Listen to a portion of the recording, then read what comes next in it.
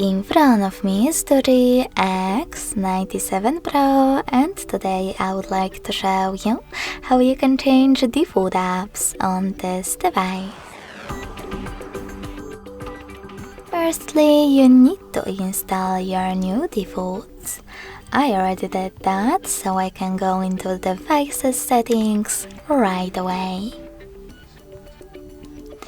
In those settings, scroll down to access Apps section. Then click on Default Apps and pick one of those options. I want to change my browser, so I have to click on Browser app. Tap on Opera Mini in order to apply it.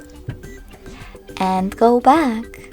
So when I do that, as you can see, my default app has changed. Thanks so much for watching. If you enjoyed this video, leave a like, comment and subscribe. Bye!